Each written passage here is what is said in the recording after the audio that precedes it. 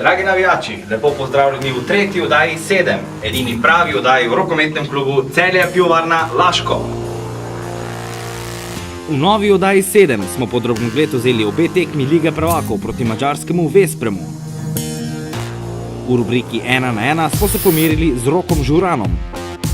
Pokukali smo v zakulisje nastajanja novega koledarja rokometnega kluba Celje Pivovarna Laško za leto 2014. Obiskali pa smo tudi legendo celjskega rokometnega kluba Jurija Korena, ki je z nami obujal spomine na svojo bogato rokometno pot.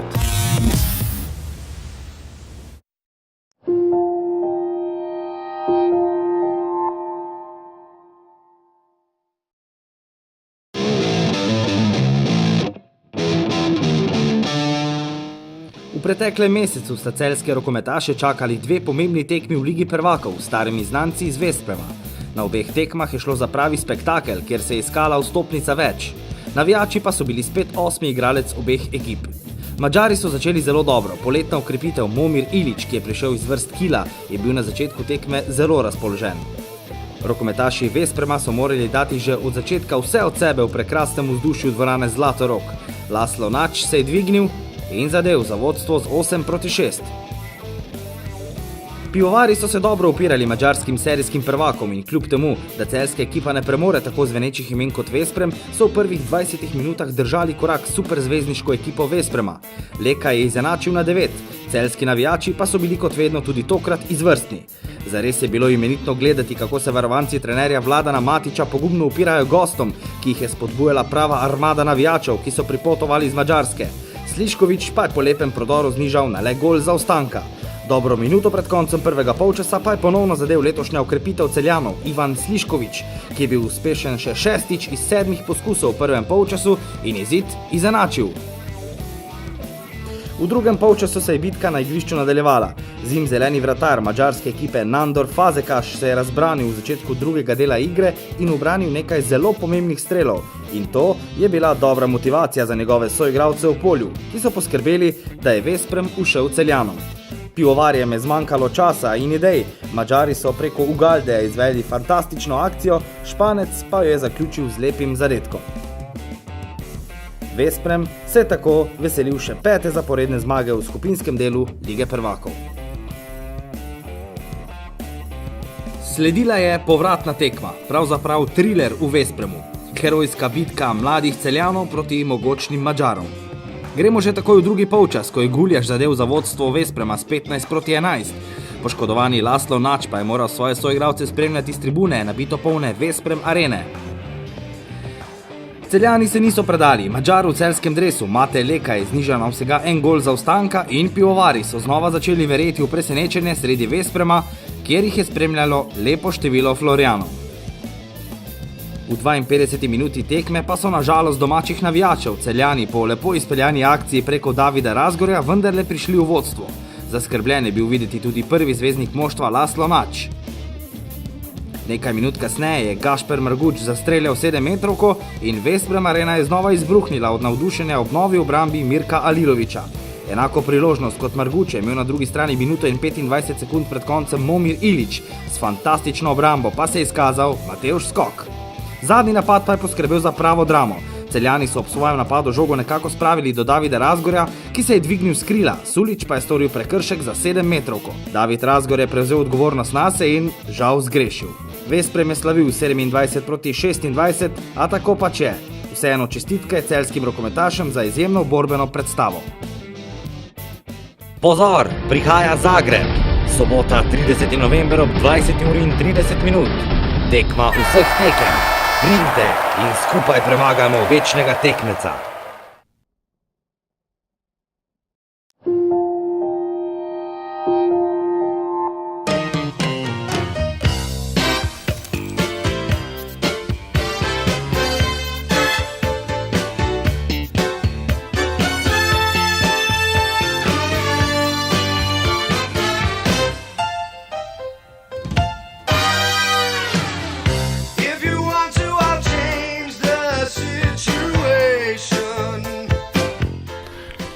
Želel sem postati kriminalist.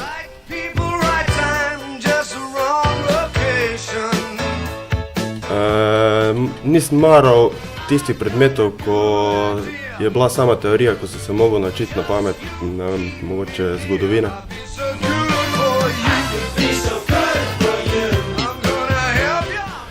Najbolj se bojim ponovne poškodbe, ker mi je zadnja poškodba pustila zelo dosti bolečin.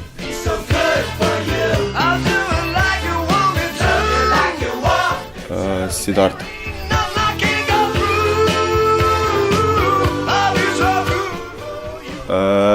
Prvo bi si sigurno postavil hišo, nekaj denarja pa bi namenil v dobrodelne namene.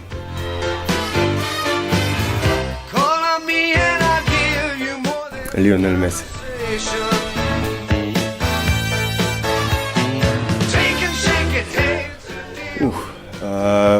Karibi.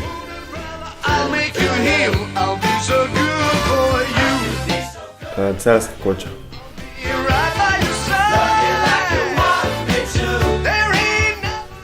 Ostati v rokometnih vodah.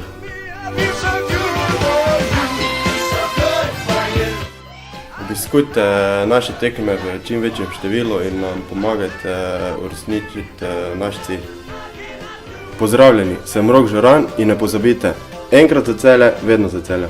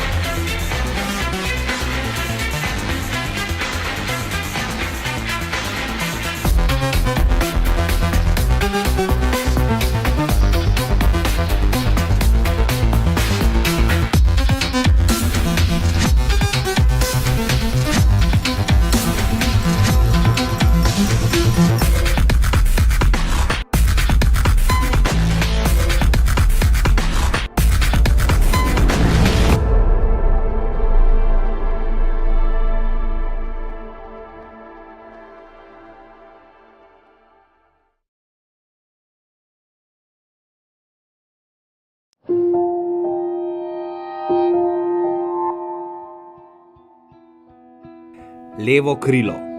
Kar 14 sezon je prebil v prvem moštvu celjskega kluba. Kot prvi Slovenec pa zaigral tudi za reprezentanco Jugoslavije. To je legenda celjskega rokometa. To je Jurij Koren. Jurij Koren, najlepša hvala, ker ste si vzeli čas v vašem napornem urniku. Zanima me najprej vaši rokometni začetki. Kje se je vse skupaj začelo? Ja, to je bilo leta 1959. Državno prvenstvo mladinsko, pionirsko, to ne vem točno, v Kopru. To je bila ena ekipa, ki je izhajala iz vaterpola. In šli smo v Koper in tam zmagali. Potem smo si zaslužili kot prvaki Slovenije vstop na sled partizanski v Beogradu leta 19. To je bil vse jugoslovanski sled in tam smo igrali rokomet. To so bili prvi začetki te ekipe, letnik 46, to so Krelj Silvo, Telić, Goršič in tako dalje, Povalen. Potem pa po tistem sletu se pa zraven pridružil nam Pepi Kuzma in je našo ekipo začel on voditi pri Partizanu Celje. To je bila ekipa 46, to je bil letnik 46, kar vsi mislim. In smo uspešno začeli z rokometom pri Partizanu, smo bili v slovenski ligi. Imeli smo pa v Celju takrat še tudi železničarski rokometni klub, ki je tam so bili pa Gošičev Tone in tista ekipa, ko je bila. In bilo je tako, da perspektiva je bila na naši strani, ne? In je Tone kot pameten človek je rekel, najboljše, da se združimo, oni so bili bolj stari, mi smo bili mladi, nekaj dobrih iz njihove ekipe smo še pograbili in smo naredili en dober tim. Ne? In ta tim je potem tudi kar hmal prišel v prvo ligo, da ne vem, kjerega leta je točno bilo, prve kvalifikacije za zvezdno ligo so bile v Slavonskem Brodu. Zdaj letnico ne vem točno, ampak tam smo na tujem terenu prišli v prvo ligo, to se ni zgodilo do takrat še nikoli v Jugoslaviji. Ker vedno je bilo, da tisto, ko je doma naredil kvalifikacije za prvo ligo, je bil tudi član prve lige. Tu smo pa mi domačina sredi Slavonskega Broda deklasirali. Čeprav jih je takrat prevzel kot trener, znani trener Štencel iz Zagreba, samo to je bilo premalo, ni bilo dosti. Teda smo mi zmagali takrat v sred Slavonskega Broda in smo išli v prvo ligo. To je bila senzacija prvovrstna. Res, da smo tudi isto leto izpadli, z Rudarjem Trbovskim vred, ne. Pa smo se naslednje leto, ali čez 2 leti, to ne vem točno, zopet vrnili v prvo ligo, ampak takrat smo imeli pa kvalifikacije doma. Aha. To je pa zdaj tisto, kar smo rekli, da če imaš doma kvalifikacije, ne moreš drugače biti prvi. Ne. In smo tudi bili, čeprav smo se težko borili s tistim Goraždem, pa nekaj je bilo tam enih takih, je bilo kar krvavo. Ne. Tako da mislim, da so nam celo še malo sodniki takrat pomagali. 14 sezon, Ja. skoraj nezamenljivi ste bili na položaju levega krila, pravzaprav. Ja, v tistih časih res. Imel sem, no, tako bom rekel, ne. Pri Tonetu Gošiču je bilo bolj tako, da če si enkrat bil tam, pa če si pokazal, si se težko, ni bilo toliko rotacij, kot je zdaj, pa ni bilo toliko tega, ne, ampak če si bil dober, te je držal do nezavesti, pa ko si ga pa začel res nekaj tupiti, pa te zamenjal, ampak to je bilo bolj tako že, ne.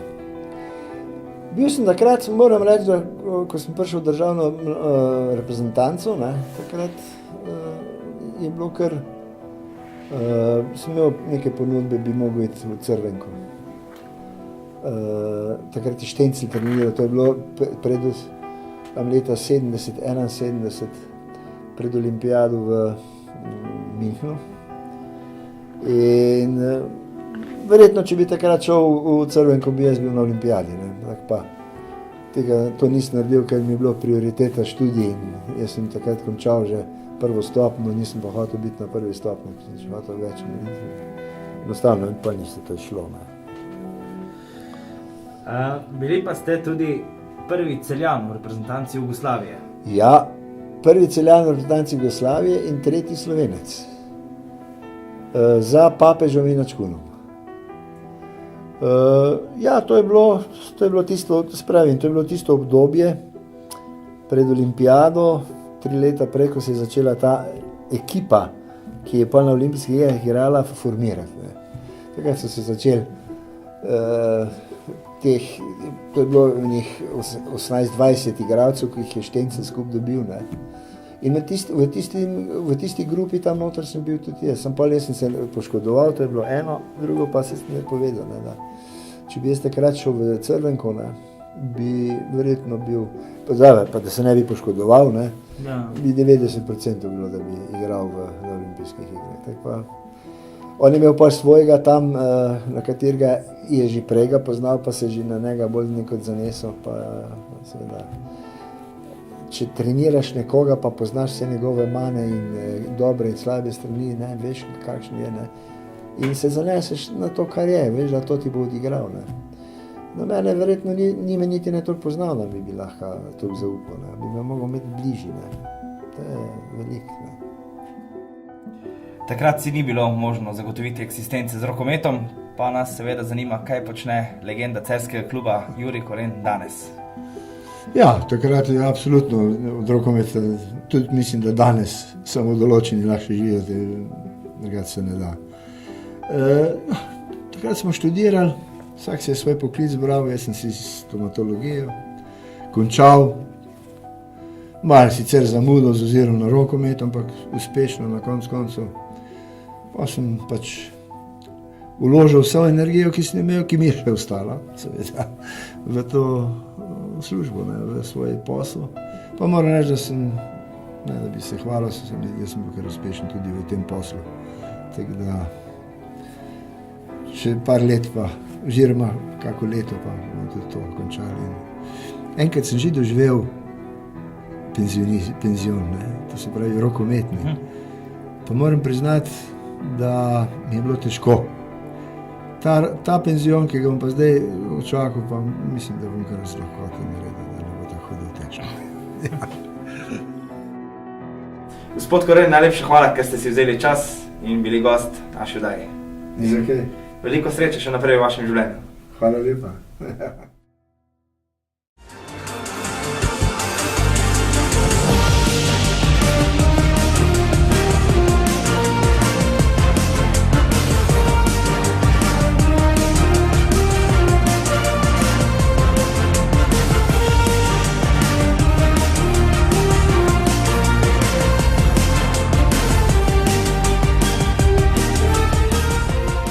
Glejte, gostilniški šef. Ne, da rečeš.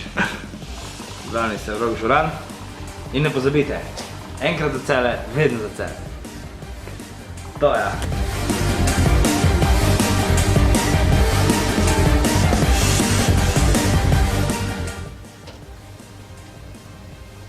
Živijo.